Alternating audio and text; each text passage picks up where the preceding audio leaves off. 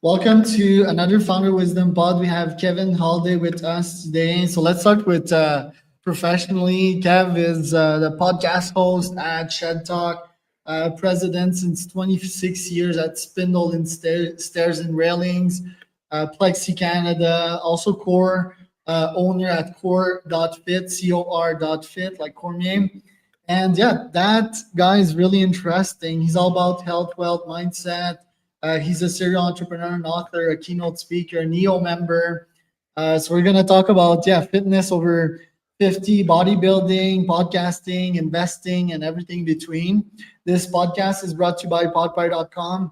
If you want to start a podcast, if you want to monetize a podcast, go to my website, podpire.com. We have a free ebook showing you how we can help you monetize podcasting through sponsors, lead generation, and also AdSense, because you can make money with YouTube. YouTube will send you a nice paycheck on a monthly basis. So podpire.com for that. Kev, welcome to the pod. Tell me a bit more about yourself and what you're up to nowadays. You know what? Thank you very much for having me on your podcast. I really appreciate it.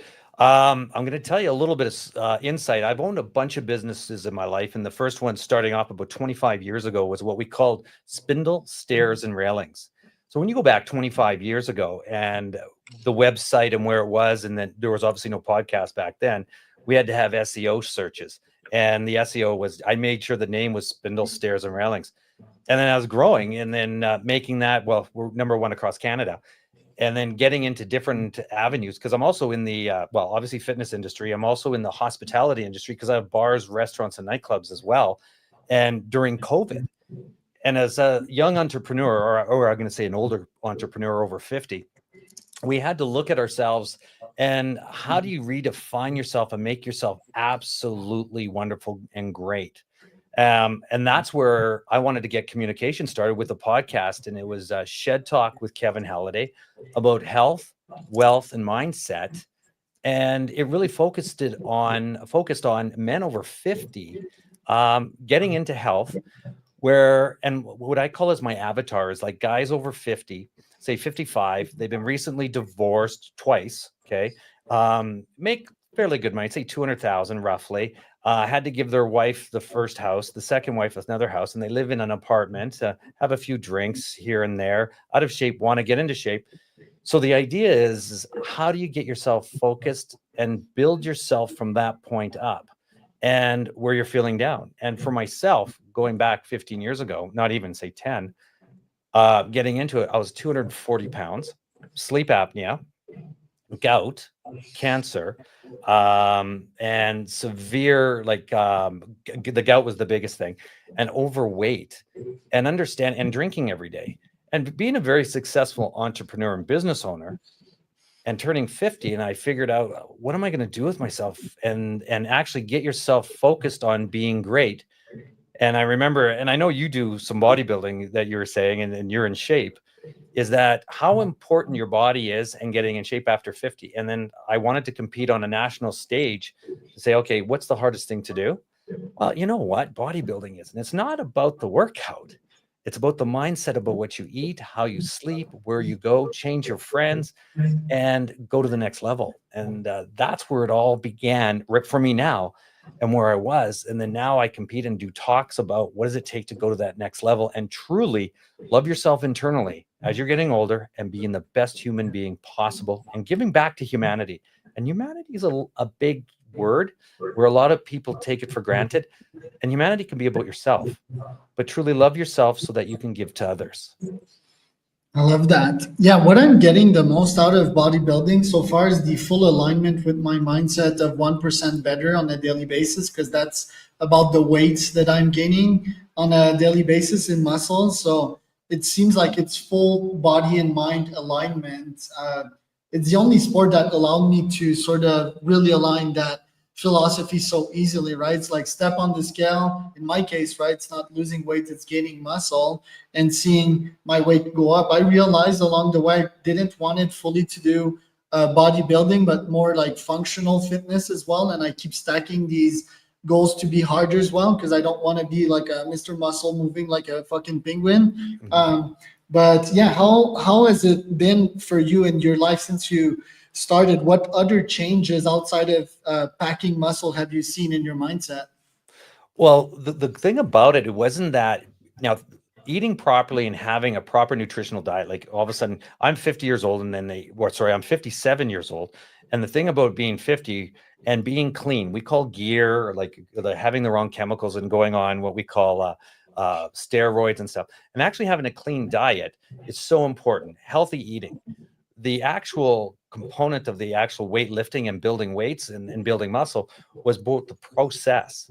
The whole mindset was just basically being able to get to the gym, have a routine, but making sure my fuel, which is my food, was actually purely clean. So from the alcohol that I drank to having no alcohol to the water that you do and food becoming what we call fuel.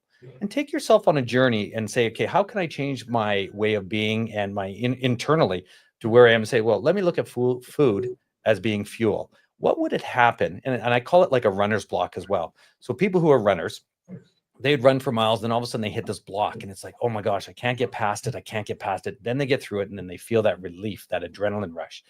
Same thing with working out and doing weights. It's that process of keep doing what you're doing. But what the real kicker is the food. When you start to dial in your food and dial in how you're feeling, because you can tell if you put on weight, lost weight, drinking lots of water, your mind starts to change. You become clear. Everything that you're doing and focused, you become what we call dialed in. All of a sudden, you're asking yourself better questions. And then all of a sudden, you're clear on your expectations. So when you were drinking before, and I use people that say they're bodybuilding, they're working out, but they would go to the gym, then they go for beers and do whatever, but they're not really clear in their head. They're out with their buddies and it just becomes a blur. But then by the time you actually go the next day and you're going, man, I solved the world's problems last night. I was drunk. What did we talk about? Boy, was that ever a good time. And I call that tension relieving or goal achieving. And if you can get your mind on the fact of where you're at, that particular moment at night, where it's at, and you're clear headed, then the next day you become that 1% of the 1%. You become better and you become better and you start to change the world and you change yourself. So it's that one little thing that you keep doing that catapults you on, especially on the workout side of it. It's all process. And why do you think that you have got yourself to that weight before you had that aha moment? Why do you think most humans don't prioritize their health before it's almost too late? Because it's easy. You know what? We're always shoulda, coulda, woulda. I shoulda did this. And you know what's the interesting part? When we were younger, we could eat what we want, do what we want, and all of a sudden, oh, you know what? I'm overweight. You know what I'm going to do? I'm going to go on a cleanse this weekend. I'm going to be great. I'm going to do it. And we call them the same thing is called weekend warriors. Guys that would work out during the week, and then on the weekend they become the warrior. Yes, they're not in shape. They have the dad bods and stuff, but they could do it. Now, as we're getting older, we seem to forget that our body ages. Our body keeps going. And then we say, oh, you know what? I'm just going to get back into it. I can actually, I'm used to drinking. It's okay. But as you get older, you get a buzz on.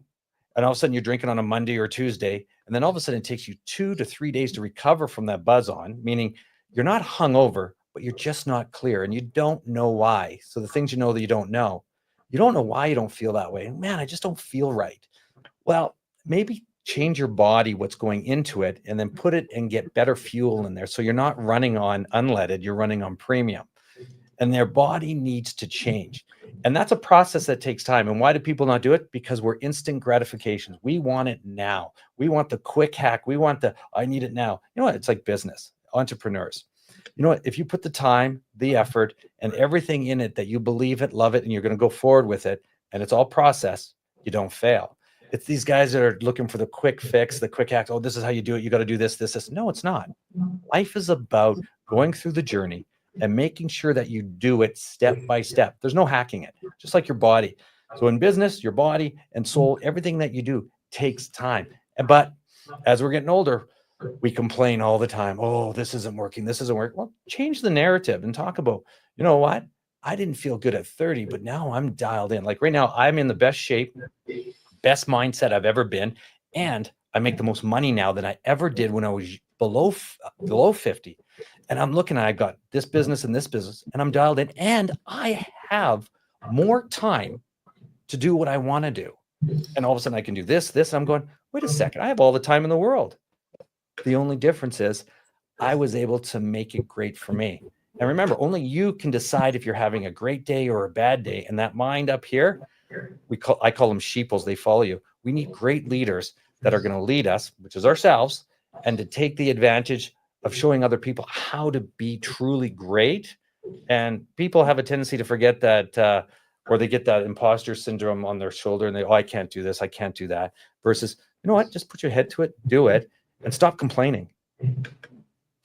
Wow. Yeah. You answered my exact question. Did you make more money back then because you focused more on business? But that makes so much sense. And I can certainly relate to that. Uh, 2025 just happened. So how did you review your own 2024, and how did you set your 2025 goals? And what are these goals? Oh, great question. I have one of these things that because I have multiple businesses, and how do you set your goals to be where I am? So at 56 years old, 57, looking at health, wealth, and mindset, and doing these podcasts and talking to people about podcasts. What is the greatest thing that's happening in the world? What's trending? Okay, AI. Okay, and I'm going to get back to goals and everything. So you got AI, you've got podcasts, you've got the internet, social media. So it's trending. So here I am at 56, 57 years old, and I'm looking at these goals. I'm saying, wait a second. What is the most important thing as a guy over 50, my age, an entrepreneur, owns businesses? Personal branding. Now, what is personal branding? People say, well, personal branding is just like business branding. You got to do this. You got to have colors in this. I said, no. Time out. Now, is personal branding truly about the business, or is personal branding truly about the individual who you are? So you really have to dial it down and say, okay, I'm going to do a podcast. I'm going to talk about health. Now, this is me, health, wealth, and mindset, and do this. Because when everything's all said and done, say the business gets sold, or I change and I buy another business or do whatever, the most important thing is about branding yourself. Make sure that you're the number one person, the number one commodity is you. So what does 2025 look to me? How do I brand Kevin Halliday? TED Talks, signature speeches, talks. How do you give back? So giving back means I'm branding myself to be the best that I possibly can so everybody knows it. Google me, do whatever you want to do that way, and you'll see it. And you're able to create wealth that way. And 2025 is all about personal branding. I'm focusing on the branding. Now, sure, can I look at, I'm going to have a better staircase company? Am I going to have a better restaurant? Of course. You have people in play that know how to run those businesses or whatever you're doing. You've got to make sure they know what they're doing. That's why you hire great people. So with that case, I need to make sure my personal branding is on par so everybody else follows in. Right. How is podcasts part of that?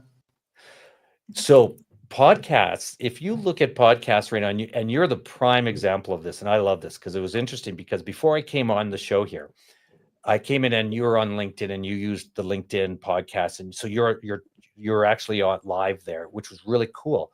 And what's interesting about the podcast thing as a whole is that this is the only time in history in the last 10 years and obviously history, but this is the only time.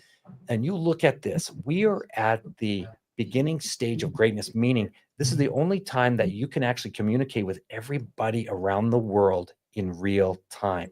That's great power. Now, great power has great responsibility. And yes, there's all these people that have it. What you do with it is up to you. Now, what the craziest thing about this Maya podcast is we get to lead and be leaders in an industry that we don't know where we are today, where it's going to be in 5 years from now, but we know it's going to be great. And right now we're at the beginning stages of this, like what you're doing and how you're interviewing, where you're going, you're building that foundation. You're building it from zero to hero. We don't know if it's going to make a lot of money or tons of money, and I'm sure it does, and it will. But if you don't start, you'll never know. And podcasting, your social media, being dialed in, AI, this is the most important part of where we are in society. Our past dictates our future. So let's go back, horse and buggy, and way back when. It doesn't matter what it is. Here we are now. We're just at another changing point to be great. Who's leading that? And this is where great leaders come into play. And now it's not just one, there's many, because we get to tell our stories to millions. Right. And what's your strategy with the podcast? How do you find your guests? How do you filter them? How do you find the list of questions? Where do you promote the actual podcast? Tell us about the full strategy here. Oh, so this is a really interesting conversation. Really interesting because what you have to for this is now this is my approach to it. Okay, and then how I do it. So in my whole life, and I run my business like this. So I own a stair and railing company. Okay, it's one of the largest, but I have never ever installed a railing before in my life. Okay, never. I have the largest manufacturing of spindle stairs and railings, but I've never manufactured. I hire great people. So this is the crazy stuff. Here I am, Shed Talk with Kevin Halliday. So I hire producers, I hire my social media team. I have all these people that are in play. Now, the greatest thing about it is what I do is I make sure I don't listen to other podcasts. I have never listened to a podcast in my life. I've seen clips, but I've never listened to a podcast in my life. And to this day, I haven't listened to my own podcast. Now, the purpose of that is I have to truly understand what does it truly make me feel and have the integrity behind me. Am I know it's going to make money? Is it going to do? Of course it is. If I follow the money, I will lose, just like all my businesses. You've got to love something, you believe in it. Yes, it's going to be, yes, are things going to fail? Yes, they fail. Yes, they go up. If I have to do a strategic plan to it, yes. Will it work? I'm sure it does. But the bottom line is you have to go with what it feels. So I use my strategy on my things is hire the greatest people. So example, I have producers.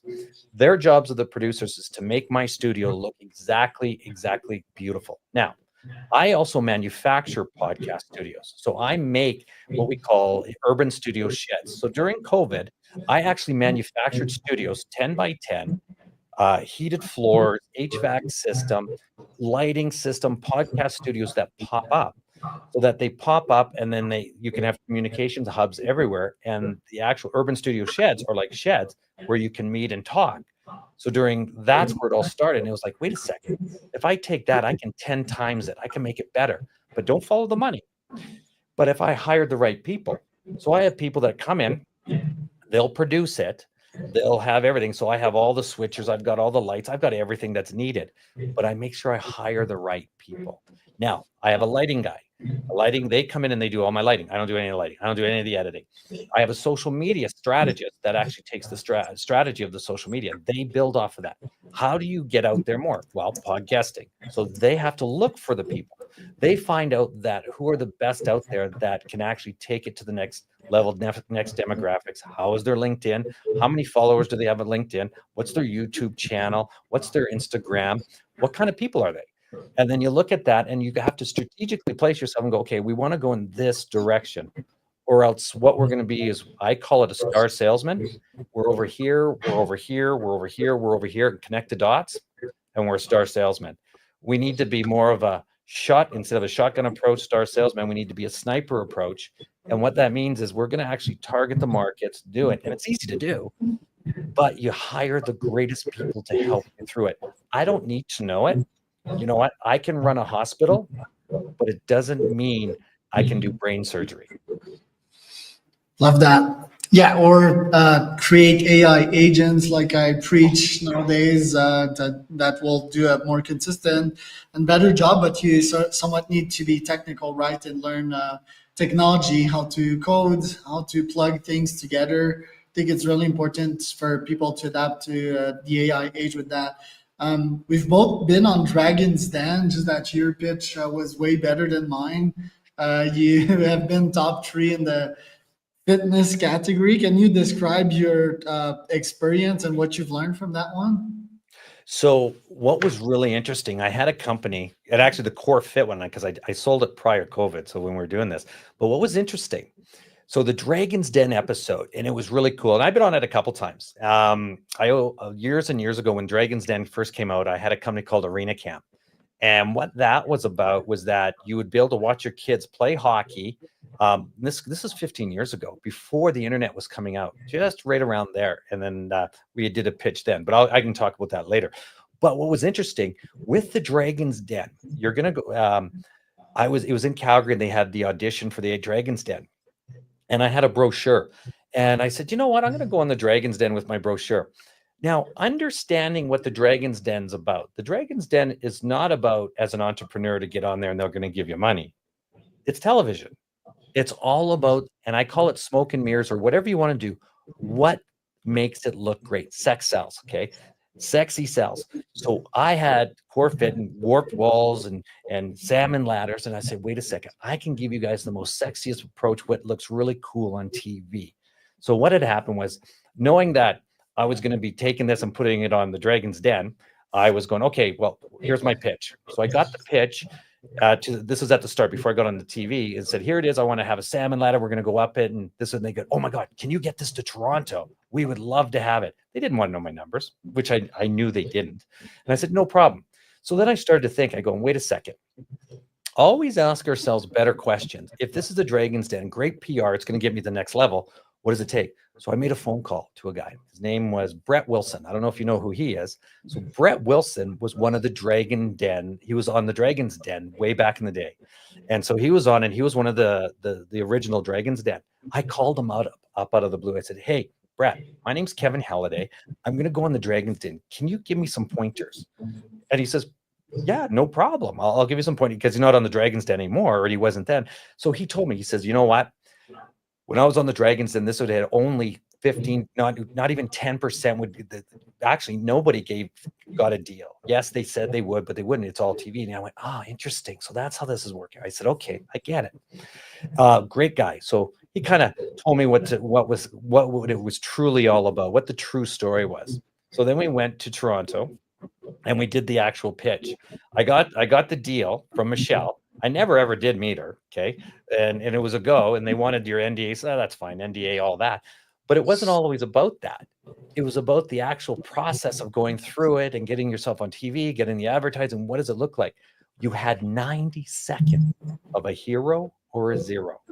So make sure you look like a hero, because they can play that. They can play you as a villain, or they can play you successful.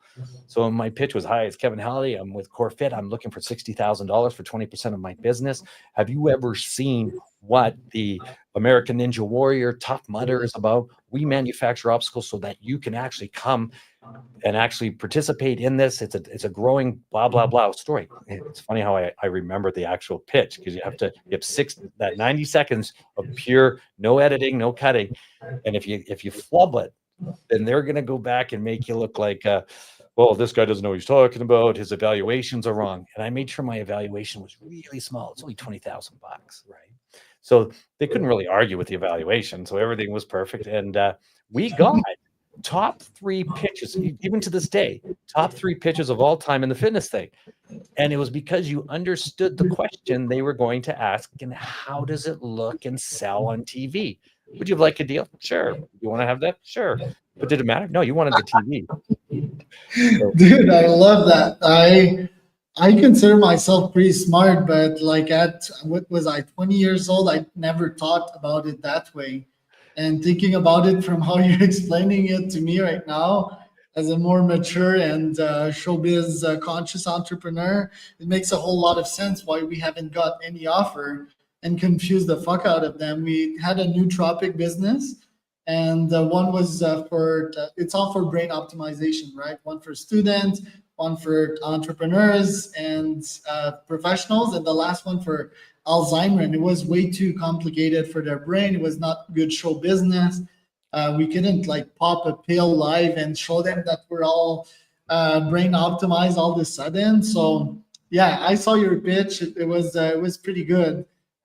We're already on time, Kev. I want to take that opportunity to challenge you to something at the end of the podcast. If you want to join me for a Spartan Ultra this year, do you want to commit live on the podcast?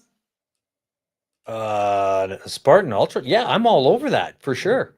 Totally all over that. Now that's the 50K, right? Yeah, 50K and 60 obstacles. It is fun.